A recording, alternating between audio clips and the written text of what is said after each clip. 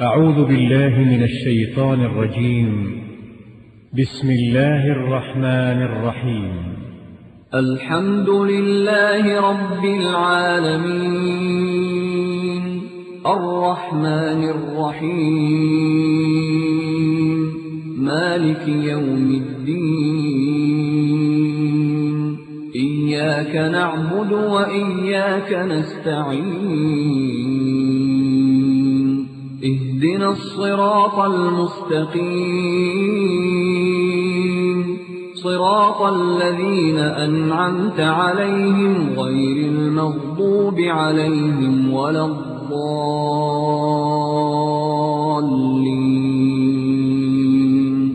بسم الله الرحمن الرحيم. ألف لام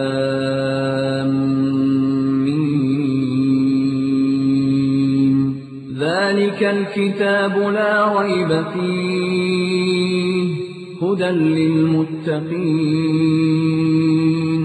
الذين يؤمنون بالغيب ويقيمون الصلاة ومما رزقناهم ينفقون.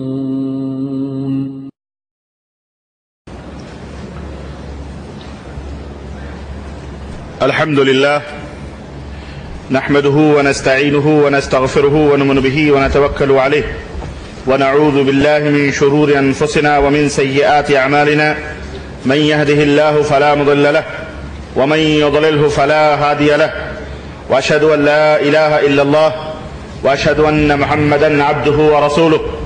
أما بعد فإن خير الحديث كلام الله وخير الهدي هدي محمد صلى الله عليه وسلم وشر الأمور محدثاتها وكل محدثة بدعة وكل بدعة ضلالة وكل ضلالة في النار. قال الله تبارك وتعالى في كلامه المجيد: أعوذ بالله السميع العليم من الشيطان الرجيم. بسم الله الرحمن الرحيم. يا أيها الذين آمنوا اتقوا الله حق تقاته ولا تموتن إلا وأنتم مسلمون واعتصموا بحبل الله جميعا ولا تفرقوا. وقال تعالى في مقام آخر: أمن يجيب المضطر إذا دعاه ويكشف السوء ويجعلكم خلفاء الأرض إله مع الله. اللهم صل على محمد وعلى آل محمد كما صليت على إبراهيم وعلى آل إبراهيم إنك حميد مجيد. اللهم بارك على محمد وعلى آل محمد كما باركت على إبراهيم وعلى آل إبراهيم إنك حميد مجيد. تمام قسم کی حمد و ثنا کبریائی اور بڑائی اس اللہ عز و جل کے لیے لائق و زیبا ہے جس نے ہمیں اور آپ کو پیدا فرمایا، اور بیش بہا درود و سلام اس ذات مبارکہ مطہرہ پر جن کا نام نامی اسم گرامی احمد مجتبیٰ محمد مصطفیٰ صلی اللہ علیہ وسلم. برادران اسلام، نوجوان دوستوں، بزرگوں اور بھائیوں اور قابل احترام اسلامی ماں اور بہنوں، آج بتاریخ 11 جمادی الاول 1424 ہجری مطابق 11 جولائی سن 2003 عیسوی کے اس خطبہ جمعہ میں جس موضوع پر خطبہ دینے کا شرف حاصل کر رہا ہوں وہ موضوع ہے مومن کا ہتھیار. مومن کا ہتھیار کیا ہے؟ انشاءاللہ تبارک و تعالی آج کے اس خطبہ جمعہ میں اس کی تشریح، اس کی وضاحت کی جائے گی. اللہ عز و جل سے دعا ہے کہ اللہ تبارک و تعالی ہمیں اور آپ کو ان ہتھیاروں کو اپنانے کی توفیق عطا فرمائے اور ان اسلحوں سے لیس ہونے کی توفیق عطا فرمائے. آمین یا رب العالمین. اس سے پہلے کہ میں اپنے خطبے کا آغاز کروں اور وہ باتیں آپ کی خدمت میں رکھوں، میں آپ حضرات سے گزارش یہ کرنا چاہ رہا ہوں کہ جمعے کے دوران اللہ کے رسول صلی اللہ علیہ وسلم نے فرمایا ہے کہ گفتگو کرنا، یہاں تک کہ اشارے سے کسی کو منع بھی کرنا کسی کے بارے میں، یہ حرام ہے اور جمعے کے ثواب سے محرومیت ہے. اس لیے براہ کرم صفیں بعد میں مرتب ہو جائیں گی انشاءاللہ تعالی. آپ حضرات جہاں جگہ پائیں وہاں بیٹھ جائیں. انشاءاللہ نماز جب شروع ہوگی تو اس وقت سب اپنی صفیں انشاءاللہ درست کر لیں گے. کہیں ایسا نہ ہو کہ ہم صفوں کی درستگی میں اپنے اعمال کو باطل کر لیں اور ان اجر و ثواب سے جو اللہ رب العزت نے رکھے ہیں خطبے میں اور اس آج کے دن اس سے محروم ہو جائیں. میرے عزیزوں، میرے دوستوں اور بھائیوں، اس مختصر سی تمہید کے بعد ہم اور آپ اس حقیقت کو جانتے ہیں کہ انسان کی زندگی یہ خوشی اور غم کا مجموعہ ہے۔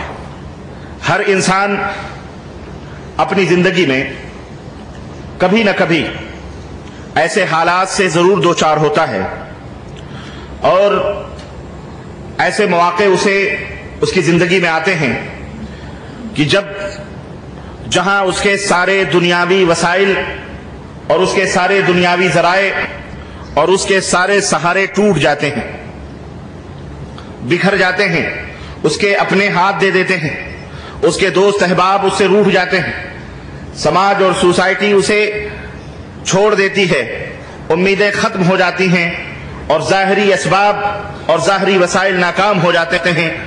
جو اعزاء اور اقارب تھے وہ ان پر اعتماد ان سے ختم ہو جاتا ہے، یہاں تک کہ بھائی بھائی کے ساتھ بھی بات نہیں کرتا، بیوی شوہر کے ساتھ اور اولاد اپنے والدین کے ساتھ کھل کر بات نہیں کر سکتے۔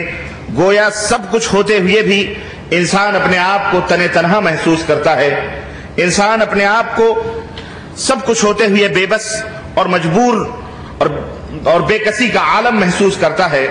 تب میرے عزیزو انسان کے اندر سے ایک آواز اٹھتی ہے، انسان کو اس بات کا احساس ہوتا ہے، اور انسان کے دماغ میں یہ بات آتی ہے کہ دنیا کے سارے مادی سہارے، دنیا کے سارے وسائل اور ذرائع ختم ہو چکے ہیں، اب تو کوئی بھی نہیں رہا جو اس پریشانی اور اس دکھ میں اس کی دستگیری کر سکے، اس کا ہاتھ پکڑ سکے۔ تو جب سارے سہارے ختم ہو جاتے ہیں تو ایک مومن، ایک مسلمان کے دل میں ایک ہوک اٹھتی ہے، اور ایک امید کی کرن اس کے دل میں دکھائی دیتی ہے، اور وہ اپنے دل میں یہ سوچتا ہے کہ سارے دروازوں سے بھگا تو دیا گیا، لیکن اب ایک دروازہ ہے باقی، ایک سہارا ضرور باقی ہے، اور وہ دروازہ اللہ اکبر ہمیشہ ہمیشہ کے لیے کھلا ہوا ہوتا ہے۔ وہ دروازہ کبھی کسی وقت بند نہیں ہوتا، بلکہ وہ دروازہ دن ہو کہ رات ہو، صبح ہو کہ شام ہو، ہمیشہ ہمیشہ کے لیے وہ دروازہ کھلا ہوا ہوتا ہے، جہاں بندہ ہر دکھ کو بیان کر سکتا ہے، ہر مصائب اور آلام کے وقت اس دروازے کے وہ دستک دے سکتا ہے، اساں پر ہمیشہ ہر وقت اپنی عرضی کو پیش کر سکتا ہے، اپنی باتیں اس دروازے کے سامنے اس دربار میں بیان کر سکتا ہے۔ اللہ اکبر۔ مومنوں، مسلمانوں، تمہیں پتا ہے کہ وہ دروازہ کون سا ہے، وہ دربار کون سا ہے، وہ درگاہ کون سی ہے؟ آؤ قرآن کریم اللہ عز و جل ارشاد فرماتا ہے قرآن کریم میں کہ امن یجیب المضطر اذا دعاہ ویکشف السوء، بھلا بتلاؤ کون ہے جو بے قرار اور مضطرب کی دعا کو قبول کرتا ہے جب وہ اسے پکارتا ہے؟ کون ہے کائنات کے اندر کہ جب کروٹ بدلتے ہوئے مریض کی کراہ اس کے سینے سے نکلتی ہے تو اس کروٹ بدلتے ہوئے مریض کی کراہ کو سن کر اللہ اسے وہ شفا دیتا ہے؟ کون ہے وہ ذات؟ وَيَجْعَلُكُمْ خُلَفَاءَ الْأَرْضِ، اور کون ہے جو اس کی تکلیف کو دور کرتا ہے اور اسے زمین کی خلافت عطا فرماتا ہے؟ میرے بھائیوں، اللہ پوچھتا ہے اَإِلَٰهٌ مَعَ اللَّهِ، ذرا بتلاؤ یہ کام کرنے والا اللہ کے سوا کوئی اور بھی ہے؟ اللہ کے سوا اس کی ذات کے علاوہ کوئی اور بھی ہے؟ اللہ اکبر۔ یہ آیت کریمہ ہمیں یہ ایک شعور دے رہی ہے، یہ ایک فکر دے رہی ہے کہ اے کائنات کے لوگوں، اے دنیا کے لوگوں، اگر تمہارا ایمان اللہ عز و جل کے اوپر ہے، اگر تم مومن ہو تو اگر تمہارے دنیا میں سارے سہارے ختم ہو جائیں، سارے تمہیں اپنے در سے بھگا دیں، اور جہاں تمہیں کہیں کوئی پناہ نہ مل رہی ہو، تو اس وقت ایک دروازہ 24 گھنٹے کھلا رہتا ہے، صبح شام رات دن ہمیشہ اس دروازے پہ تم دستک دے سکتے ہو، اور وہ دروازہ اللہ عز و جل کا دروازہ ہے۔ اللہ تبارک و تعالیٰ اپنا دروازہ ہمیشہ کھلا رکھتا ہے، جہاں ہمیشہ ہر ایک کی دکھ اور سکھ اللہ تبارک و تعالیٰ ان کی فریادوں کو سنتا ہے۔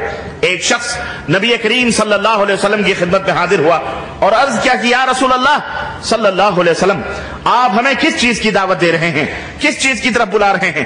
نبی کریم صلی اللہ علیہ وسلم نے فرمایا کہ میں اس بات کی دعوت دیتا ہوں، میں اس اللہ کی طرف دعوت دیتا ہوں جو تنہا ہے، اکیلا ہے، جس کا کوئی ساجی اور جس کا کوئی شریک نہیں ہے۔ میں اس ذات کی طرف تمہیں بلاتا ہوں کہ جب تم کسی مشکل میں ہوتے ہو تو وہ تمہاری مشکل کشائی کرتا ہے، جب تم جنگلوں میں راہوں سے بھٹک جاتے ہو اور راستے بھول جاتے ہو، اور جب اس ذات کو آواز دیتے ہو تو جنگلوں میں تمہیں وہ راستہ عطا فرماتا ہے۔ جب تمہاری کوئی چیز کھو جاتی ہے، جب تم اس سے مانگتے ہو تو وہ ذات تمہیں وہ چیز واپس کر دیتی ہے۔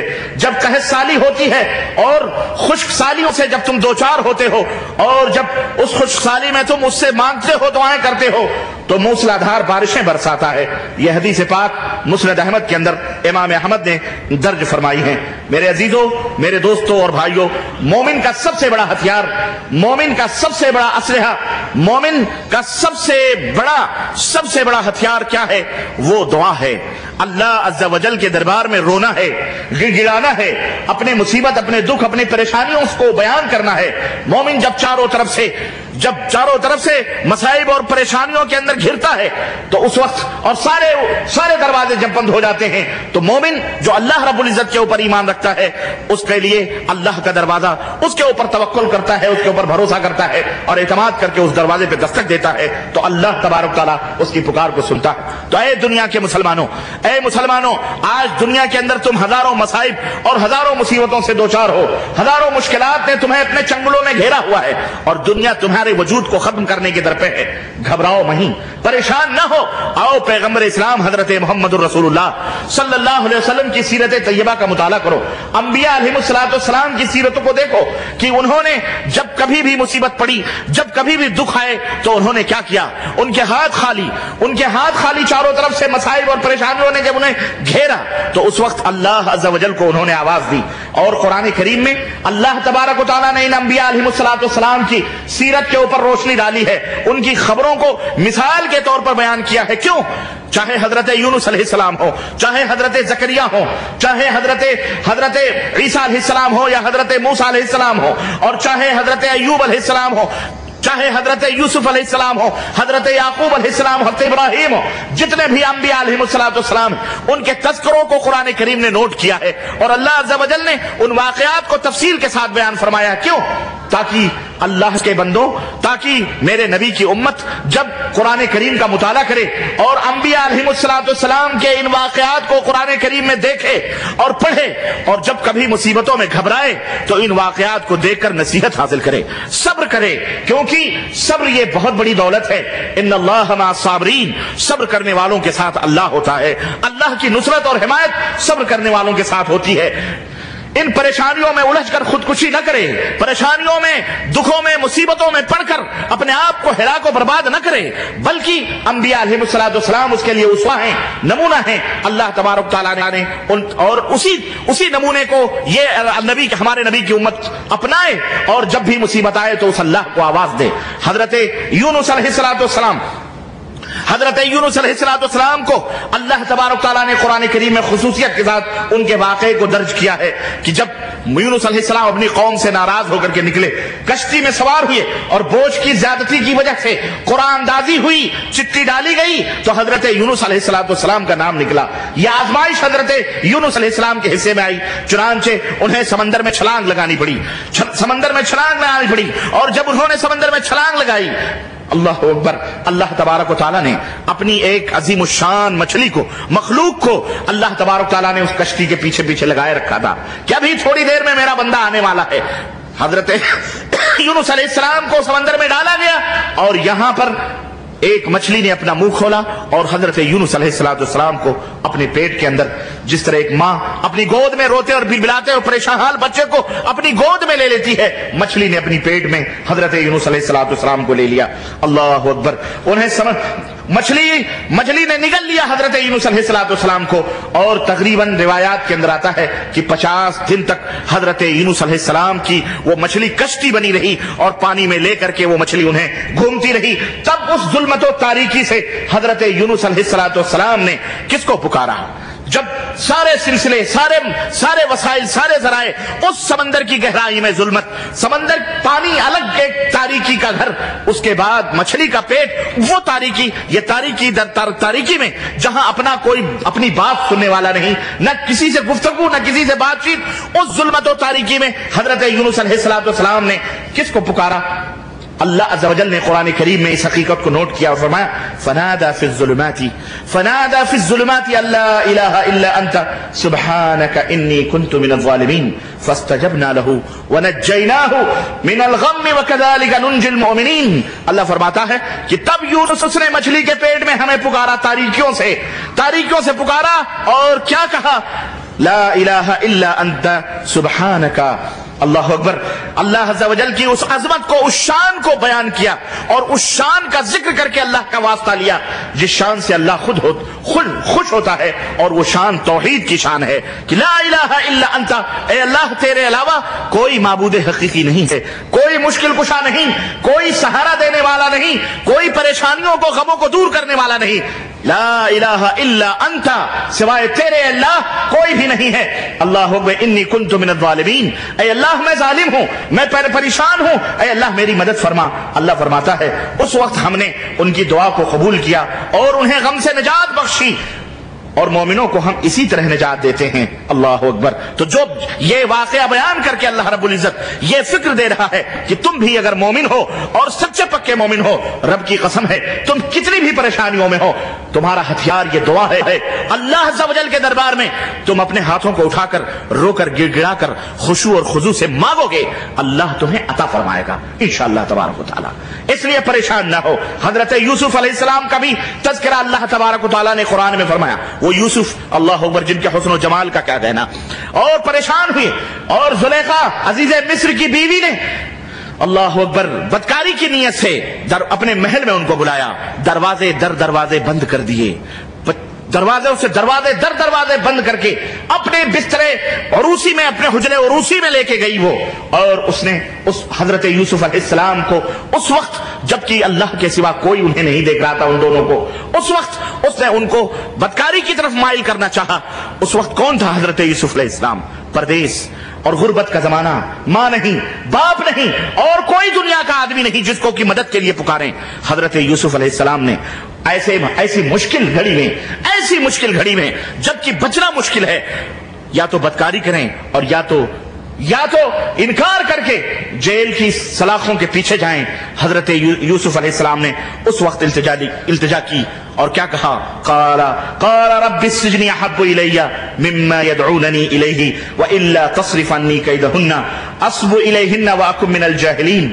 اس وقت یوسف علیہ السلام نے کہا اے اللہ اے میرے رب، مجھے جیل میں جانا گوارا ہے، مگر جس کی طرف یہ دعوت دے رہے ہیں وہ عمل کرنا گوارا نہیں ہے. اے اللہ مجھے قید تنہائی دے دے، وہ مجھے منظور ہے، میں قید میں جانا مجھے منظور ہے بنسبت اس کام کے جس کی طرف یہ ہمیں بلا رہے ہیں. اے اللہ اگر تو نے مجھے ان چالوں سے دور نہ کیا اور ان کے مکر سے تو نے مجھے نہیں بچایا تو میں ان کے جال میں پھنس جاؤں گا اور میں جاہلوں میں سے ہو جاؤں گا. اللہ اکبر. حضرت یوسف علیہ السلام کی اس تاریک کمرے میں دعا قبول ہوئی. فاستجاب له ربه فصرف عنه كيدهن انه هو السميع العليم. اللہ نے فرمایا اس وقت اللہ تبارک و تعالیٰ نے، یوسف کے رب نے ان کی دعا کو قبول کی، عورتوں کی چالیں اس سے دور کر دی، اور اس آزمائش سے اللہ تبارک و تعالیٰ نے انہیں بچا لیا.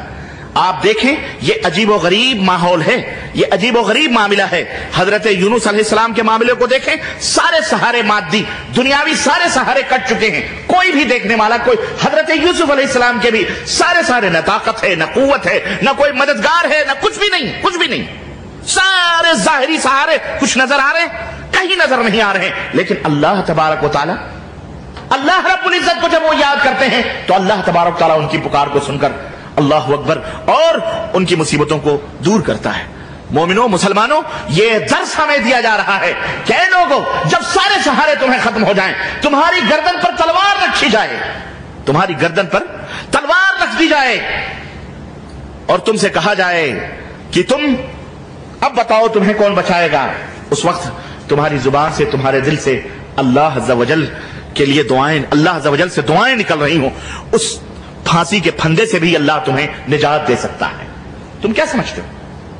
ہم نے اللہ عز و جل کے اوپر اعتماد نہیں کیا، آج ہم نے اللہ رب العزت کے اوپر توکل نہیں کیا، آج بھروسہ نہیں کیا، نہ جانے کن مصیبتوں اور پریشانیوں سے ہم دو چار ہو رہے ہیں، اور نہ جانے کن مشکلات میں ہم پڑے ہوئے ہیں. اللہ اکبر. مختلف ہزاروں قسم کی بیماریاں. لوگ یہ سمجھتے ہیں کبھی بھی کوئی بیماری آئے، کوئی مصیبت آئے، بس پیسوں پہ پیسے خرچ کر کے جناب علی بس جاؤ ڈاکٹر، ہوا، امریکہ، یورپ، جہاں جاؤ علاج کرواؤ۔ میرے عزیزوں، میرے بھائیوں، وہ ہتھیار جو اللہ عز و جل نے تمہیں دیا ہوا ہے، تم اسے معمولی سمجھتے ہو؟ واللہ آج اس دعا کو معمولی سمجھ کر لوگوں نے مادی طور پر وہ ہتھیار اپنانے کی کوشش کی ہے، وہ ذرائع اپنا رہے ہیں جن کے اندر کوئی طاقت و قوت نہیں ہے۔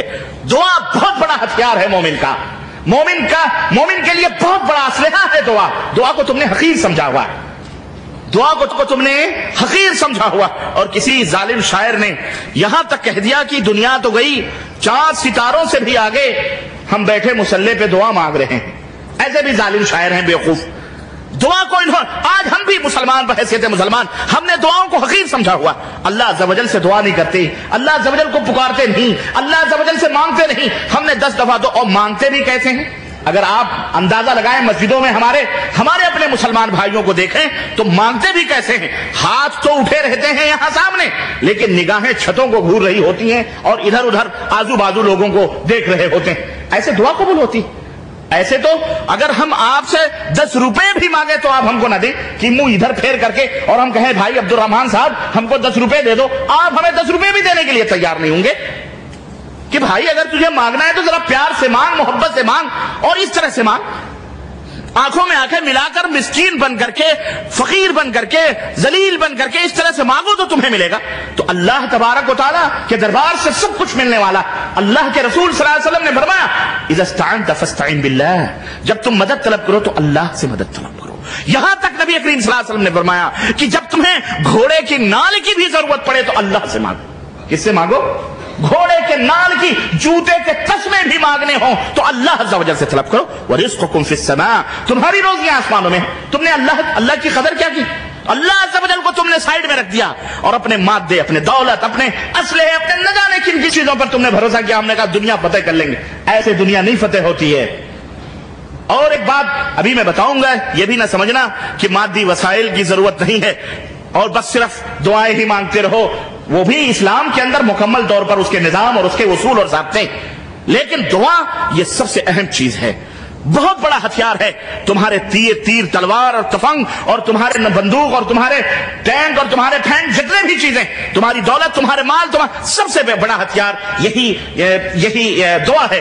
حضرت ایوب علیہ السلام کو دیکھو، طویل بیماریوں کے اندر ملوث، یہاں تک کہ جسم کے اندر کیڑے پڑ گئے، جسام کی بیماری، کوڑھ کی بیماری، اتنے بڑے مالدار، اتنی دولت، اتنی بیویاں، اللہ اللہ، چاروں طرف سے اللہ کی نعمتیں برس رہی ہیں، نعمتیں۔ غسل خانے میں غسل کر رہے ہیں، سونے کی ٹڈیوں کی بارش ہو رہی ہے۔ حضرت ایوب علیہ السلام ان کو سمیٹ رہے ہیں۔ اللہ تعالیٰ نے وحی کی کہ ایوب، ہم نے اتنا تجھے دیا ہے، کیا ابھی تک تیرا پیٹ نہیں بھرا؟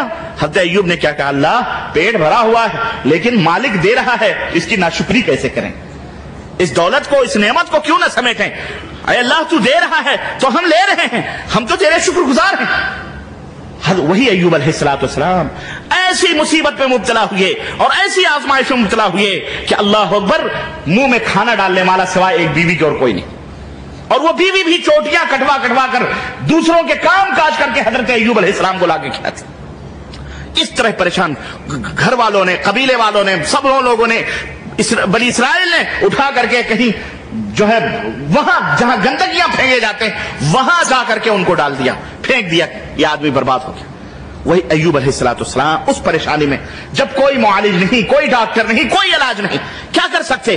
اس وقت حضرت ایوب علیہ السلام نے اللہ عز و جل سے جب مجبور ہو گئے، بیوی نے چوٹیاں بھی کٹا دی اور کہنے لگی کیا کریں، کھانے کو نصیب نہیں، کوئی ایک لقمہ کھانا دینے کے لیے تیار نہیں، تو اس وقت حضرت ایوب کو غیرت آئی، صبر کرتے رہے، لیکن جب دیکھا کہ بیوی کی چوٹی تک کٹنے پہ آ گئی، اللہ اکبر، اس وقت اس مرد مجاہد کو غیرت آئی اور اس نبی اولو العزم نبی نے اللہ اکبر اللہ سے دعا کی اور کیا کہا، ربی انی مسنی الضر وانت ارحم الراحمین، اے میرے رب مجھے بیماری لگ گئی ہے۔ اللہ اکبر، کیا اللہ نہیں جانتا تھا کہ بیماری لگ گئی؟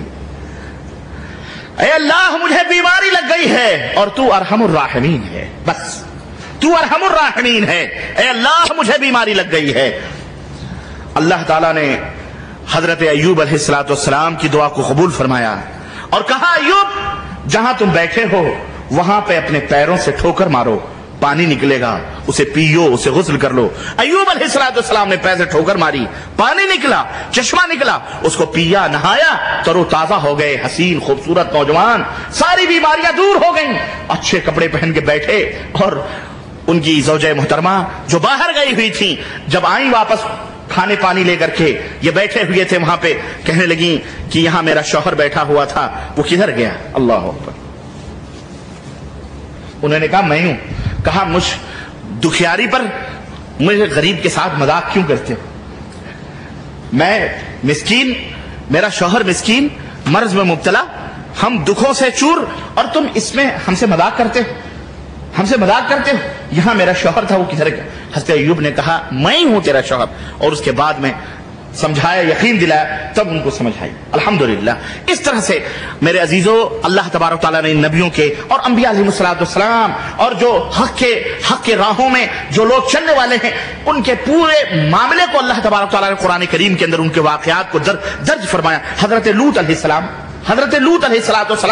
اس قدر مصیبت، اللہ اکبر، کہ قوم نے کیا ظلم نہیں کیا حضرت لوط علیہ السلام کے اوپر۔ اور جب دیکھا کہ فرشتے آئے ہیں عذاب دینے کے لیے اور اب کوئی بچ نہیں سکتا، تو اس نبی نے بھی کس کو پکارا؟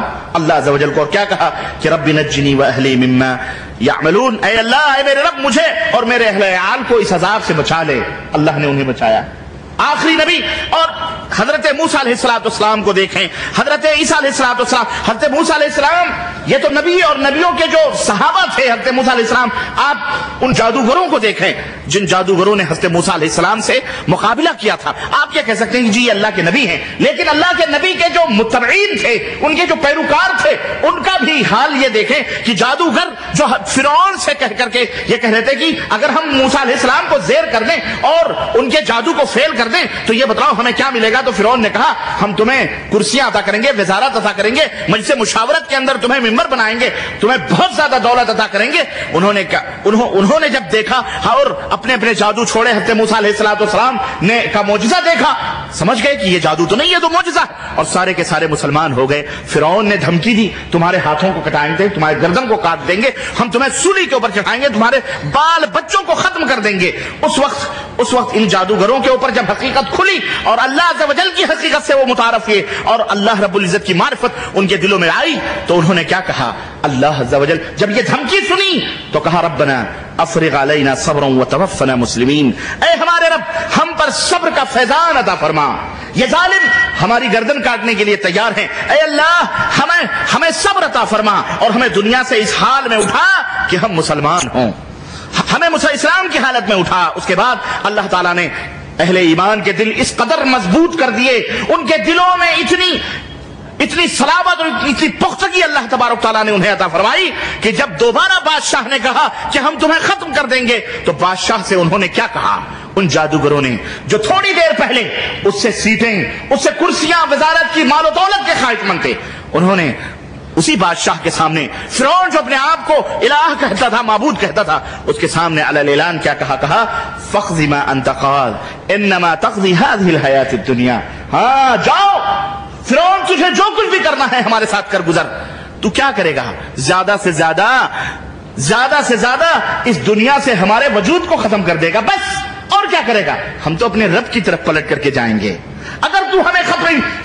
یہ باتیں کس کے دل میں آتی ہیں پتہ ہے؟ یہ باتیں اس کے دل میں آتی ہیں جو مومن ہوتے ہیں۔ جو کون ہوتے ہیں؟ مومن ہوتے ہیں۔ لیکن جو بزدل اور بے ایمان ہوتے ہیں وہ بزدل ہوتے ہیں، ان کے دلوں کے اندر خوف ہوتا ہے، دنیا کی حرص، اس کی رنگینیاں ان کے نگاہوں میں ناچتی ہیں تو وہ دنیا چھوڑنے کو تیار نہیں ہوتے، حق کی راہوں میں بدل جاتے ہیں، حق کی راہوں کے اندر ان کے قدم ڈگمگا جاتے ہیں، پھر جھوٹ بولتے ہیں، مکر کرتے ہیں، پھر ادھر ادھر کے ہیلے سازیاں کرتے ہیں۔ لیکن جو مومن ہوتے ہیں وہ سرے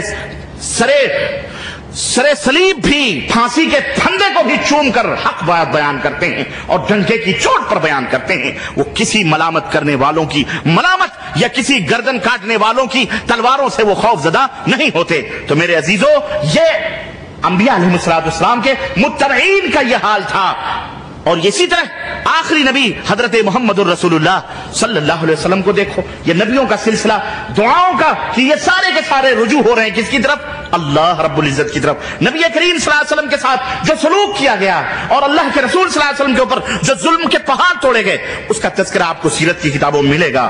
اور آخر اللہ کے نبی تنگ آ کر کے ان ظلم سے، اہل مکہ کے ظلم و ستم سے طائف گئے، وہاں بھی پتھروں سے استقبال ہوا اور وہاں بھی صدمہ پہنچا، اور اسی زخمی حالت میں جب طائف سے لوٹے اور ایک مقام پر آرام فرمانے کے لیے نبی کریم صلی اللہ علیہ وسلم کو لٹایا گیا، آپ بے ہوش تھے، جب ہوش آیا تو اللہ رب العزت کے سامنے دعا کر رہے ہیں، اللہ کے سامنے گھٹنے ٹیک کر دعا کر رہے ہیں، اور وہ درد انگیز دعا فرمائی اور کہنے لگے اے اللہ اپنی قوت کی کمی، اپنی بے سر و سامانی اور لوگوں کے مقابلے میں اپنی بے بسی، اے اللہ بے بسی کی میں فریاد تجھ ہی سے کرتا ہوں میرے پروردگار، تو ہی میرا مالک ہے، تو ہی میرا پروردگار ہے، آخر مجھے کس کے حوالے کرنے والا ہے اس کا مجھے پتا نہیں ہے۔ اے اللہ کیا اس حریف بیگانہ کے جو مجھ سے ترش روی روا رکھتا ہے، یا ایسے دشمن کے مقابلے میں، ایسے دشمن کے جو میرے معاملے پر قابو رکھتا ہے، لیکن اے اللہ اگر مجھ پر تیرا غضب نہیں ہے، اگر تو مجھ سے ناراض نہیں ہے تو مجھے کائنات کی کوئی پرواہ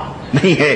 اے اللہ اگر تیرا غضب میرے اوپر نہیں ہے تو مجھے کچھ پرواہ نہیں ہے، بس تیری عافیت میرے لیے زیادہ وسعت رکھتی ہے۔ میں اس بات کے مقابلے میں کہ تیرا غضب مجھ پر پڑے یا تیرا عذاب مجھ پر آئے، تیرے ہی نور و جمال کی پناہ طلب کرتا ہوں، جس سے ساری تاریکیاں روشن ہو جاتی ہیں اور جس کے ذریعے دین و دنیا کے سارے معاملات سنور جاتے ہیں۔ اے اللہ مجھے تیری رضامندی اور خوشنودی کی طلب ہے، بجز تیرے کہیں سے کوئی طاقت و قوت نہیں مل سکتی ہے، اے اللہ میری مدد فرما۔ یہ دعا تھے اللہ کے نبی حضرت محمد الرسول اللہ صلی اللہ علیہ وسلم کے۔ بظاہر جب سارے سہارے ٹوٹ گئے اور مکے کے سرداروں کے ظلم و ستم سہ کر جب اللہ کے نبی صلی اللہ علیہ وسلم نے میرے عزیزو یہ دعا کی تو یہ دعا اللہ کے ہاں قبول ہوئی، اللہ اکبر۔ اور اس کے بعد اللہ اکبر ظلمتوں کی تاریکیاں ختم ہوئیں اور فتح و کامرانی کی نوید مسرت آنا شروع ہوئی۔ اللہ کے نبی صلی اللہ علیہ وسلم نے جو لوگ ظالم تھے، اللہ اکبر ایک زمانہ ایسا بھی آیا کہ اللہ کے نبی صلی اللہ علیہ وسلم کے سامنے دست بستہ ہاتھ باندھ کر کے کھڑے تھے۔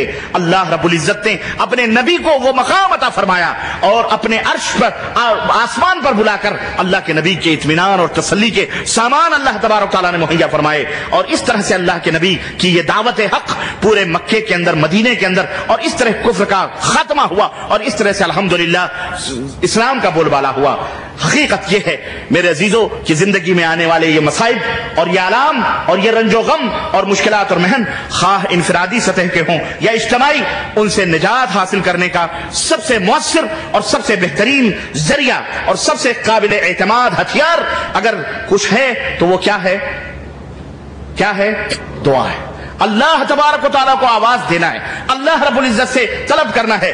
اور یاد رکھو زندگی کی ایک کشمکش دعا کے بغیر اگر کوئی شخص یہ زندگی گزار رہا ہے تو اس کا انجام اس سپاہی کی طرح ہے جو گھمسان کی جنگ میں حصہ لینے کے لیے ہتھیار کے بغیر میدان جنگ میں کود جائے۔ غزوہ بدر میں اللہ کے رسول صلی اللہ علیہ وسلم نے کیا کیا؟ غزوہ بدر میں نہت تھے مسلمانوں کو 313 کو 1000 کے مقابلے میں کھڑا کیا، اور خود اللہ عز و جل کے دربار میں گھٹنے ٹیک کر اللہ سے دعا کر رہے ہیں، اے بار الہ میں نے چھوٹی سی مختصر سی جو محنت اور جد و جہد کا جو ثمرہ تھا وہ میں نے میدان بدر میں لا کے ڈال دیا ہے، اے اللہ اگر یہ مٹ گئے تو روئے زمین پر تیرا نام لینے والا کوئی نہیں۔ حضرت ابو بکر صدیق جو حارس تھے، نگراں، جو دروازے کے نگہبان مقرر تھے، بار بار نبی کریم صلی اللہ علیہ وسلم کی اس گڑگڑاہٹ کو، اس رونے کو اور اللہ کے نبی کی اس گریہ وزاری کو دیکھ کر چادر مبارک جو کندھے سے ڈھلک جاتی تھی، ڈھل جاتی تھی، حضرت ابو بکر اٹھا کر کے ڈالتے اور کہتے اللہ کے نبی بس کیجئے، اے اللہ کے نبی بس کیجئے۔ اور اللہ کے نبی مسلسل رب سے دعا کر رہے ہیں، جنگ جاری ہے، لڑائی جاری ہے، اللہ سے دعا کر رہے ہیں۔ صحابہ دوڑے آ رہے ہیں، حضرت عکاشہ بن محصن آئے، انہوں نے کہا اللہ کے نبی تلوار مارتے کافروں کو میری تلوار ٹوٹ گئی۔ اسی عالم میں نبی نے ایک کھجور کی ڈنڈی دی اور کہا عکاشہ یہ لو جاؤ کفار کو قتل کرو۔ حضرت عکاشہ کہتے ہیں کہ میں وہ کھجور کی ڈنڈی لے کر کے میدان جنگ میں جس دم کودا ہوں اور میں نے کفار کے اوپر چلایا ہے، اللہ کے فضل و کرم سے وہ تیز ترار تلوار بن جاتی۔ اللہ اکبر. ادھر نبی کریم صلی اللہ علیہ وسلم دعا کر رہے ہیں. تھوڑی دیر کے بعد نبوت کے چہرے پر خوشی و مسرت کی مسکراہٹیں کھیل گئی اور اللہ کے نبی نے حضرت ابوبکر سے کہا ابو بکر جاؤ مسلمانوں میں اعلان کر دو اللہ نے فرشتوں کے ذریعے تمہاری مدد کی ہے اور 5000 فرشتے تمہاری مدد کے لیے آ رہے ہیں. یہ دعا جب سارے سہارے ختم ہو جائیں, جب کچھ نہ مادی وسائل اختیار کرو. ایک شخص آیا نبی کریم صلی اللہ علیہ وسلم دربار میں اور اس نے کہا اللہ کے نبی اونٹ کو باندھوں اور اللہ پر توکل کروں یا اونٹ کو چھوڑ دوں اور اللہ کے اوپر توکل کروں. اللہ کے نبی صلی اللہ علیہ وسلم فرمایا اعقل وتوکل, پہلے اونٹ کو باندھ لو پھر اللہ کے اوپر توکل کرو. میرے عزیزو وہ وسائل وَأَعِدُّوا لَهُم مَّا اسْتَطَعْتُم مِّن قُوَّةٍ, اللہ نے فرمایا پہلے تیاری کر لو مکمل جتنی تمہاری تیاری ہے, لیکن ان تیاریوں کے اوپر بھروسہ نہ کرو, ان ڈنڈیوں پر بھروسہ نہ کرو, ان ٹینکوں کے اوپر بھروسہ نہ کرو. بھروسہ کس کے اوپر کرنا ہے؟ اللہ سے. اور سنو ایک بات, آخری بات کہہ کے میں اپنی بات ختم کرنا چاہ رہا ہوں. بعض لوگ شیطان دلوں کے اندر یہ ڈالتا ہے کہ میاں تم گنہگار ہو, تم چور ہو, تم زانی ہو, تم بدکار ہو, تمہاری دعا اللہ نہیں قبول کرتا ہے, تمہاری دعا اللہ نہیں قبول کرتا, صرف صالحین کی, بزرگوں کی, نبیوں ہی کی دعائیں اللہ قبول کرتا ہے. مسلمانوں یہ شیطانی دھوکہ ہے, یہ شیطانی فریب ہے. ارے میں تو کہوں اللہ شیطان کی بھی دعا قبول کرتا ہے, تو تم تو شیطان سے بدتر تو نہیں ہو. بولو ابلیس لعین جس کو اللہ تبارک تعالیٰ نے مردود قرار دیا, اپنے دربار سے نکال دیا, اللہ اس کی بھی دعا قبول کرتا ہے. کیا اس نے اللہ سے یہ نہیں کہا تھا کہ اے اللہ مجھے مہلت دے دے قیامت تک تاکہ تیرے بندوں کو گمراہ کروں؟ کہا تھا کہ نہیں کہا تھا؟ یہ دعا ہے کہ نہیں ہے کہ اے اللہ مجھے مہلت رب فانظرنی الی یوم یبعثون, الی یوم یبعثون, اے اللہ مجھے قیامت کے دن تک مہلت دے دے کہ میں تیرے بندوں کو کیا کروں؟ گمراہ کروں. بتاؤ اللہ نے اس کی یہ دعا قبول کی کہ نہیں کی؟ اللہ نے مہلت دی کہ نہیں دی؟ جب ابلیس مانگے اور اللہ کے نبی اللہ تعالیٰ انہیں عطا فرما دے, اسے دے دے, اس کی دعا قبول کرے, تو ہم اور تم ابلیس سے تو ابلیس ہیں کیا؟ نعوذ باللہ. اور سنو اس بدعقیدگی کو ڈالنے والا شیطان اس سے کیا ثمرہ حاصل کرنا چاہ رہا ہے؟ وہ یہ چاہ رہا ہے تاکہ مسلمانوں تمہارے دلوں میں جب یہ بات پیدا ہوگی کہ اللہ براؤں برے لوگوں کی نہیں سنتا, تو پھر اس کا کیا ہوگا؟ اللہ سے بندے کا تعلق ختم ہو جائے گا. اللہ سے بندے کا تعلق کیا ہوگا؟ نمبر 1 ختم ہوگا. اور پھر اس کے بعد میں وہ بندہ وہ شیطان اس کے دل میں آئے گا, دیکھو نیک لوگوں کی اللہ سنتا ہے, پھر درباروں پہ لے جائے گا. کہاں لے جائے گا؟ درباروں, شدوں, تازیوں, عالموں, چبوتروں پہ لے جا کے تم کو جھکائے گا. ہاں پنجے سے تم سے منگوائے گا, مانگو یہاں. اللہ سے تمہارا رشتہ تو کٹ گیا, تعلق ختم.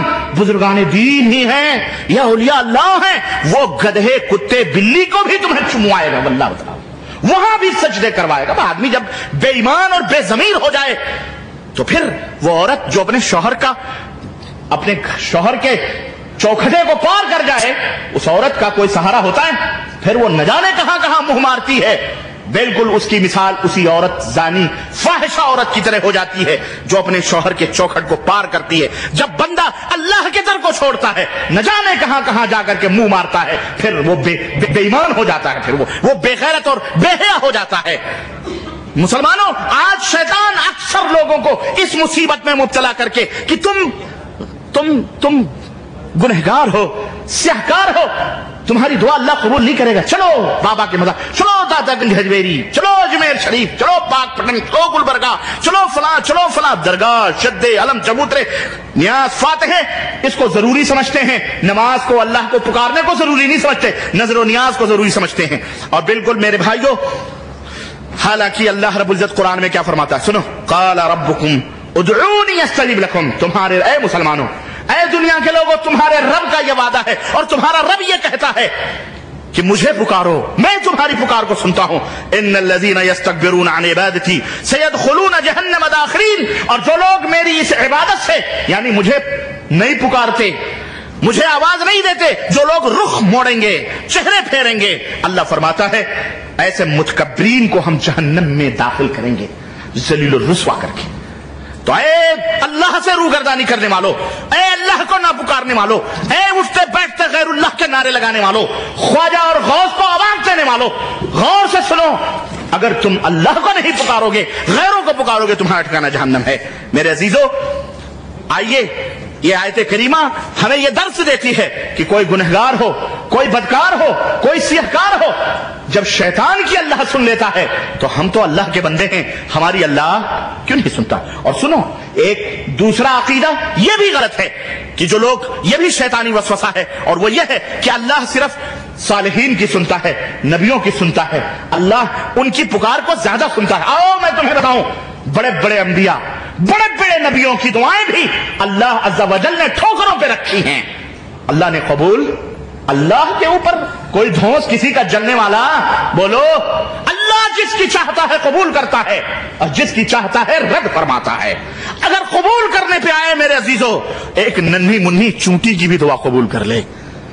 حضرت سلیمان علیہ السلام خشک سالی کا زمانہ، اپنی فوج کو لے کر کے گئے، کس لیے؟ دعا استخارہ، دعا کرنے کے لیے، استسقاء کے لیے میدان میں پہنچے، اور اس کے بعد میں فوج کو کہا چلو واپس چلو، دعا کرنے کی ضرورت نہیں ہے۔ فوجیوں نے کہا کیوں؟ کہا اللہ بارش نازل فرمائے گا انشاءاللہ۔ کہا کیوں؟ دعا کرنے کی ضرورت نہیں۔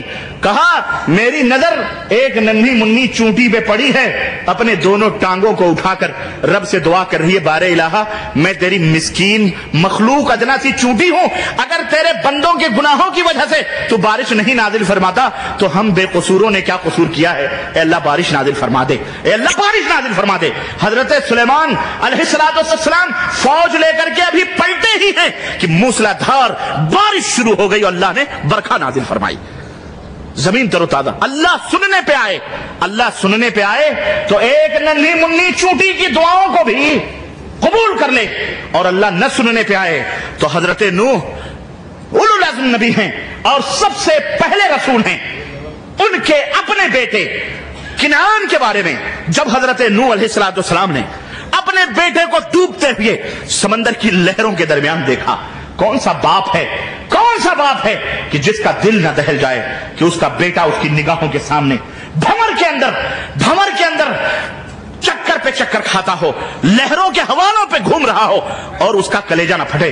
نوح نے اسی بشری تقاضے کے پیش نظر اللہ عز و جل سے دعا کی اور کیا کہا؟ ربی ان ابنی من اہلی وان وعدک الحق وانت احکم الحاکمین، اے میرے رب یہ میرا بیٹا ہے، یہ میری نگاہوں کے سامنے ڈوب رہا ہے، اے اللہ یہ میرا بیٹا لخت جگر میری نگاہوں کے سامنے ڈوب رہا ہے، یہ میرے گھر والوں میں سے میرے جسم کا ٹکڑا ہے، تیرا وعدہ سچا ہے، لہذا اسے تو بچا لے، تو تمام حاکموں سے بڑا حاکم ہے، اس کو معاف کر دے۔ اللہ اکبر۔ حضرت نوح علیہ السلام کی زبان سے ابھی یہ دعا نکلی، قبولیت کی بات تو بڑی دور کی رہی، اللہ عز و جل نے ایسی زبردست ڈانٹ پلائی کہ قرآن نے اس کو نوٹ کیا ہے، اور اللہ نے فرمایا کہ تمہاری یہ دعا قبول نہیں ہوگی، اور سنو آئندہ اس کے بارے میں دعا بھی نہ مانگنا، انی اعوذک ان تکون من الجاہلین، اگر آئندہ ایسی دعائیں کرو گے تو جاہلوں میں تمہارا شمار ہوگا۔ اللہ اکبر۔ اتنا بڑا نبی، اس کی دعا اللہ کہہ رہا اگر مانگو گے تو جاہلوں میں تمہارا شمار ہوگا۔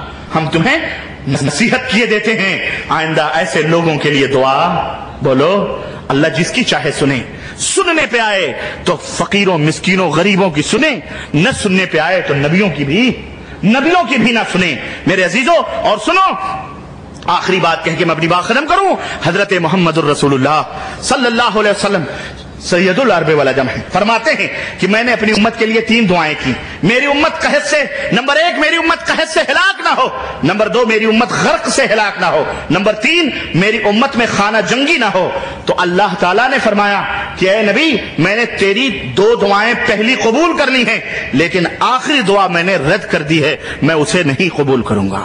یہ روایت صحیح مسلم کی ہے۔ تو میرے عزیزو یہ نہ سمجھو کہ دعائیں کسی نبی یا ولی اور بزرگ ہی کی قبول ہوتی ہیں اور دوسروں کی دعائیں قبول نہیں ہوتی، بلکہ اللہ جس کی چاہتا ہے قبول کرتا ہے۔ اور سنو، اگر تمہاری دعا قبول نہیں ہوتی ہے تو ہماری دعا قبول نہیں ہوتی ہے تو اس کی کیا شکلیں ہیں؟ اس کی 3 شکلیں ہوتی ہیں۔ اللہ کے رسول ایک شکل تو یہ ہوتی ہے کہ اللہ ایک تو دعا قبول کر لیتا ہے، دوسری شکل یہ ہوتی ہے اگر تمہاری دعا قبول نہیں ہوتی تو اس کے بدلے اللہ کوئی دوسری چیز تمہیں عطا فرما دیتا ہے، اور اگر قبول نہیں ہوتی تو تیسری شکل یہ ہوتی ہے کہ اللہ اسے تمہارے نام اعمال میں نوٹ فرما دیتا ہے۔ اور نبی کی آخری خوشخبری مبارک کی صورت میں آپ کو دے کر کے اپنی خطبے کو ختم کروں، اور وہ یہ ہے کہ اللہ کے نبی فرماتے ہیں کہ قیامت کے دن جب اللہ ایک گنہگار بندے کو اس کے اعمال کو ترازو پہ رکھوائے گا تو اس کے گناہوں کا پلڑا جو ہے وہ بھاری ہو جائے گا اور نیکیوں کا پلڑا ہلکا ہو جائے گا. تب اللہ تبارک وہ خوف زدہ ہوگا, لرزے گا, کانپے گا اور یہ سوچے گا اب تو جہنم مقدر ہے. کہے گا اللہ میں نے تو کوئی نیکی کے کام نہیں کیے. اللہ تبارک و تعالیٰ ایک پرچی نکال کر کے اس کے نیک اعمال کے پلڑے پر جو ہلکا ہو گیا اس کے اوپر رکھے گا. پرچی کا رکھنا ہوگا کہ گناہوں کا پلڑا اوپر جائے گا, نیکیوں کا پلڑا بھاری ہو جائے گا. وہ کہے گا اللہ میں نے زندگی میں کوئی نیکی کا کام نہیں کیا, میں نے زندگی میں کوئی ثواب کا کام نہیں کیا. اے پاک پروردگار یہ کون سی نیکیاں ہیں جس نے ہمارے اعمال کو زیادہ کر دیے ہیں. اللہ فرمائے گا میرے بندے تیرے اوپر دنیا میں جب بھی کوئی مصیبت آتی تھی تو مجھے پکارا کرتا تھا, جب بھی کوئی موقع آتا تھا, جب بھی خوشی ہو یا غم ہو, میرے سوا تو کسی کو نہیں پکارا کرتا تھا اور میں نے تیری دعا قبول بھی نہ کی تھی. یہ وہی دعائیں ہیں جو میں نے تیرے نام اعمال میں لکھ کے رکھی تھی اور آج تجھے کام آ رہی ہیں. اس حدیث پاک کو سن کر دل میں یہ آتا ہے کہ بار الہ دنیا کی کوئی دعا قبول ہی نہ ہو, آخرت ہی میں اللہ عطا فرما دے. میرے عزیزو اس لیے دعاؤں میں بخیلی نہ کرو, اپنے رب کو پکارو. ادعونی استجب لکم, تمہارا رب کہتا ہے کہ تم مجھے پکارو میں تمہاری پکار کو سنتا ہوں, لبیک کہتا ہوں. میرے عزیزو یہ مومن کا ہتھیار ہے, سب سے بڑا ہتھیار ہے. میری ماں بہنوں سب, جب بھی کوئی مصیبت, جب بھی مصیبت آئے نہ آئے, ہمیشہ اپنے مالک کو, اپنے رب کو آواز دیتے ہو, پکارتے ہو, استغفر اللہ, الحمدللہ, لا الہ الا اللہ, اللہ ہی کا ورد رکھو. سمجھ رہے ہیں؟ اللہ تعالی ہم سب کو اپنے اس ہتھیار کی حفاظت کرنے کی توفیق عطا فرمائے اور اس ہتھیار کے کارگر اور اس کے مجرب تو ہے ہی ہے, یہ اس کے مجرب ہو کر سمجھنے کی ہمیں توفیق عطا فرمائے اور اتنی اہم عبادت سے, اللہ تبارک و تعالیٰ کے محروم ہونے سے اللہ تعالیٰ ہمیں محفوظ رکھے اور اللہ ہمیں دعا اور اللہ کی پکارنے کی اللہ ہم کو توفیق عطا فرمائے. آمین یا رب العالمین. بارک اللہ لنا ولکم فی القرآن العظیم ونفعنا وإياكم بالآیات والذکر الحکیم انہ تعالی جواد کریم ملک بالرؤوف الرحیم. الحمد لله نحمده ونستعينه ونستغفره ونؤمن به ونتوكل عليه ونعوذ بالله من شرور أنفسنا ومن سيئات أعمالنا من يهده الله فلا مضل له ومن يضلله فلا هادي له وأشهد أن لا إله إلا الله وأشهد أن محمدا عبده ورسوله. أما بعد إن الله وملائكته يصلون على النبي يا أيها الذين آمنوا صلوا عليه وسلموا تسليما. اللهم صل على محمد وعلى آل محمد كما صليت على إبراهيم وعلى آل إبراهيم إنك حميد مجيد. اللهم بارك على محمد وعلى آل محمد كما باركت على إبراهيم وعلى آل إبراهيم إنك حميد مجيد. عباد الله رحمكم الله, إن الله يأمر بالعدل والإحسان وإيتاء ذي القربى وينهى عن الفحشاء والمنكر والبغي يعظكم لعلكم تذكرون ولذكر الله تعالى أعلى وأولى وأعز جل وأتم وأعظم وأهم وأكبر.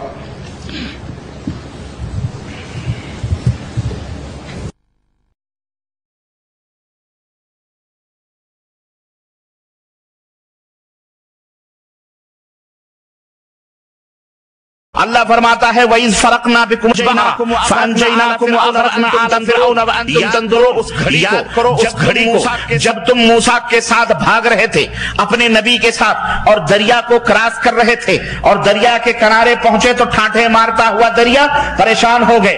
ہم نے موسیٰ سے کہا عصا ڈالو, ہم نے اس میں ایک راستہ بنایا تمہارے لیے, تم اس راستے کو کراس کر کے باہر نکلے, پار ہو گئے, دریا پار ہو گئے, تمہارے پیروں کے تلوؤں تک بھی نہ بھیگے. ہم نے اس دریا کو سڑک بنا دیا, تلوؤں تک نہ بھیگے. لیکن جب فرعون اس کے اندر داخل ہوا, وَأَغْرَقْنَا آلَ فِرْعَوْنَ, فرعون اور اس کے تمام لاؤ لشکر کو جب وہ بیچ دریا میں پہنچے, ہم نے دونوں موجوں کو کہا کہ اے دونوں موجوں مل جاؤ. وہ دونوں موجیں مل گئیں اور وہ سارے کے سارے ختم ہو گئے. وَأَنْتُمْ تَنْظُرُونَ, اور تم لوگ دیکھ رہے تھے. اس پار کھڑے ہوئے یہ منظر اپنی آنکھوں سے دیکھ رہے تھے. اس نعمت کو بھی بھلا یاد کرو کہ ہم نے تمہیں کتنے آڑے وقت میں بتلایا. یہ دیکھیں, یہ پچھلی قوموں کے اوپر یہ تمام سب رحمتیں, برکتیں, یہ تمام سب عرفان, یہ تمام سب ہو چکی ہیں. پچھلی امتوں پر اللہ رب العزت نے یہ تمام سب کر دیا ہے میرے بھائیوں بنی اسرائیل کے ساتھ. من غش فلیس منا, جس آدمی نے دھوکہ دہی کی وہ ہم میں سے نہیں ہے. اور اگر تجارت ایمانداری سے ہو, تجارت دیانتداری اور امانتداری سے ہو, تو یہ بڑا ہی مقدس پیشہ ہے. ہمارے نبی صلی اللہ علیہ وسلم کا اختیار کرنا یہ تو آپ کا مسنون پیشہ ہے. اور قرآن کریم میں اللہ رب العزت نے تاجروں کی بڑی تعریفیں کی ہیں. سورہ مزمل پڑھ کر دیکھیں, تاجروں کا مجاہدین فی سبیل اللہ کے ساتھ ذکر فرمایا. کہاں کچھ لوگ اللہ کی راہ میں جہاد کر رہے ہیں، کچھ لوگ اللہ کی زمین پر نکلے ہوئے ہیں، روزی کمانے کے لیے کام کر رہے ہیں. وہ مجاہد فی سبیل اللہ، یہ تاجر ہے ضارب فی سبیل اللہ. اگر امانت داری سے، ایمانداری سے، نیک دلی نیک نیتی سے تجارت کی جائے تو یہ بھی جہاد فی سبیل اللہ ہے. تجارت کے دوران ایسے موقع آتے ہیں، آدمی کا نفس، آدمی کے سر میں سوار شیطان کہتا ہے کہ یہاں یہ کر جاؤ، دو گنا منافع کماؤ. اگر کسی نے اپنے نفس کے ساتھ جہاد کیا، کہا نہیں مجھے اسلامی اصولوں کے خلاف تجارت میں قدم نہیں رکھنا، گویا کہ وہ مجاہدین فی سبیل اللہ میں سے. اور نبی اکرم صلی اللہ علیہ وسلم نے اگر کوئی صادق امانت دار تاجر ہے تو اس کی بڑی تعریفیں فرمائی.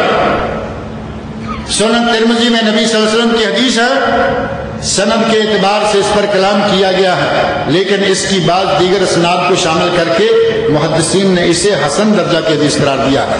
التاجر الامین الصدوق، امانت دار اور راست گو سچا تاجر، مع النبیین والصدیقین والشہداء والصالحین. اگر تاجر امانت دار ہے، تاجر امین ہے، تاجر سچا ہے، راست باز ہے، تو اس تاجر کو اللہ رب العزت قیامت کے دن کن لوگوں کے ساتھ اٹھائے گا؟ مع النبیین، اس کا ساتھ نبیوں کے ساتھ ہوگا، اس کی رفاقت صالحین کے ساتھ ہوگی، اس کی رفاقت شہداء کے ساتھ ہوگی. کتنا بڑا مقام ہے، لیکن بنیادی شرط کیا ہے کہ وہ تاجر امین ہو، امانت دار ہو، سچا ہو، سچ کہنے والا ہو. یہ نہ کہے اللہ کی قسم میری تو خرید ہی یہ اتنی ہے. آپ دکانوں میں جا کر دیکھیں، ہمارے دکاندار بھائی ناراض نہ ہونا، دکانوں میں جائیں کہیں کہ یہ کپڑا چاہیے، وہ کہتا ہے کہ میں 10 ریال میٹر دوں گا. آپ کہیے یار تھوڑا کم کر لو، کہے گا اللہ کی قسم 9.10 تو میری خرید ہے، میں تو آپ کو 10 ریال دے رہا ہوں. یہ صادق تاجر نہیں ہے. دھوکہ دہی اور کذب بیانی سے کام لینے والا تاجر وہ یہ مقام، یہ درجہ نہیں پا سکتا. اور دھوکہ دہی نہ ہو اور ناپ تول میں کمی بیشی نہ کرے. تاجر ہیں تو ناپ تول کا صحیح ہو. ہمارے یہاں کوئی چیز لینی ہو تو ناپ اور، دینی ہو تو ناپ اور، پیمانہ ہی بدل دیتے ہیں. حضرت شعیب علیہ السلام کی قوم میں یہ بات پائی جاتی تھی، ان میں ناپ تول کی کمی بیشی کا رواج کیا، ناپ تول کی کمی بیشی کا عیب اور یہ گناہ بہت بڑھ گیا. اللہ رب العزت نے سب کو برباد کر دیا، اس حد تک فَأَصْبَحُوا فِي دِيَارِهِمْ جَاثِمِينَ كَأَن لَّمْ يَغْنَوْا فِيهَا. اللہ رب العزت نے فرمایا کہ ہم نے ان کے گھروں کو یوں برباد کیا گویا کہ وہ یہاں کبھی بسے ہی نہیں تھے. کام کیا کرتے تھے؟ صرف ناپ اور تول میں کمی بیشی. یہ بیماری ہمارے یہاں بہت پائی جاتی ہے. کپڑے والے سے کپڑا لو، اسے بڑی منت سماجت سے کہو بھائی کپڑا ہم نے بڑی دور بھیجنا ہے، اگر کم نکلا تو سوٹ نہیں بنے گا، وہاں لوگ تمہیں گالیاں دیں گے. کوئی پرواہ نہیں کرتا. بڑے قد کا آدمی ہے، 6.5 میٹر کپڑا خرید لیں، گھر میں جا کے اس کو نئے سرے سے ناپ کر دیکھ لیں. بڑی مہربانی ہے اس کی اگر 6 میٹر نکل آئے تھے. آدھا میٹر 2-4 سوٹوں میں ایسے نکال کے لے جاتے. ناپ تول میں کمی بیشی کے ساتھ ساتھ جال سازی ہمارے تاجروں، چھوٹے چھوٹے دکانداروں، ریڈی فروشوں میں. یہاں کا تو ماحول الحمدللہ ہر اعتبار سے ہی بڑا اچھا ہے. ہمارے پاک ہند کے بازاروں میں آپ انگور خریدنے چلے جائیں، بازار میں جائیں، کسی ریڈی والے سے، دکان والے سے انگور لیں، یقین مانے کہ تجربہ سے گزری ہوئی بات ہے. تیز اتنے کہ آنکھ سے سرما چرا لے. آپ نے دل میں نیت رکھی ہوئی ہے کہ میں آج اس کو گندے دانے نہیں ڈالنے دوں گا. گھر میں جا کے پتہ چلتا ہے کہ پہلے کی نسبت بھی آج زیادہ ہے. انگور خریدے 2 کلو 3 کلو، آپ نے بڑی آنکھ ٹکا کے رکھی ہوئی ہے کہ آج میں اس کو کوئی چیز اس میں غلط نہیں ڈالوں گا.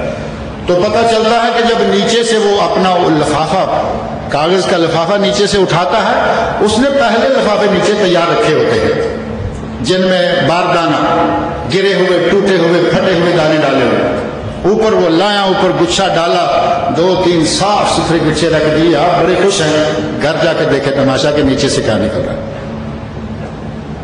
ان طریقوں سے جو پیسہ کمائیں گے وہ حلال کیسے ہوگا؟ اور اس قسم کی روزی کھا کر جو بچے تربیت پائیں گے، پروان چڑھیں گے، ان میں خیر کہاں سے آئے گا؟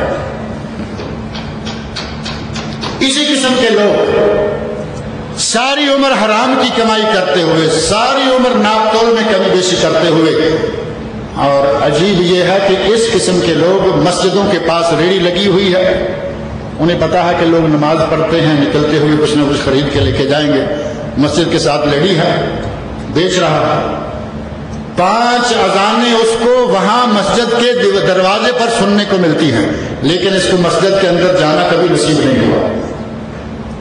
ظہر کی نماز، عصر کی نماز، مغرب کی نماز، عشاء کی نماز، فجر کے وقت یہ گھر میں سویا ہوا تھا، ہر روز 4 اذانیں سنی، چاروں اذانوں کو ادھر سے سنا ادھر سے نکالا، مسجد میں نہیں گیا، بالآخر موت تو آ ہی جائے گی، موت آئی، پڑا ہوا ہے، گھر والوں کی خواہش یہ ہوتی ہے کہ اللہ کرے ہمارا یہ مرنے والا اپنی زبان سے لا الہ الا اللہ کہہ دے، کیونکہ ہم نے یہ سن رکھا ہے من کان آخر کلامہ لا الہ الا اللہ دخل الجنہ، کہ جس کی زندگی کا آخری کلمہ لا الہ الا اللہ ہو جائے گا وہ جنت میں داخل ہو جائے گا۔ ہم اس کو آہستہ آہستہ آہستہ آہستہ کہہ رہے ہیں، جو باقاعدہ رونما ہو چکے، جو واقع میں گزر چکے ہیں، لا الہ الا اللہ کی بجائے اس کی زبان پر مرتے مرتے آ رہا ہے، آنے کے 2 آنے کے 4، آنے کے 2 آنے کے 4، جو ساری عمر ریڑھی پر وہ ایک رٹ لگائے ہوئے ہے، کوئی چھوٹی چھوٹی چیزیں بیچنے والا، وہ ساری عمر آنے کے 2 آنے کے 4، آنے والوں کو جانے والوں کو دیکھتے ہوئے زور سے آوازیں لگاتا ہے، مرتے ہوئے لا الہ الا اللہ کی جگہ آنے کے 2 آنے کے 4 شروع ہو گئے۔ اگر ہم نے اپنی کمائی کے سلسلہ میں لاپرواہی کی تو مرتے ہوئے یہی نکلے گا۔ اگر کمائی حلال کی نہیں تو کوئی عبادت قبول نہیں، کمائی حلال کی نہیں کوئی دعا قبول نہیں۔ آج کے مجبور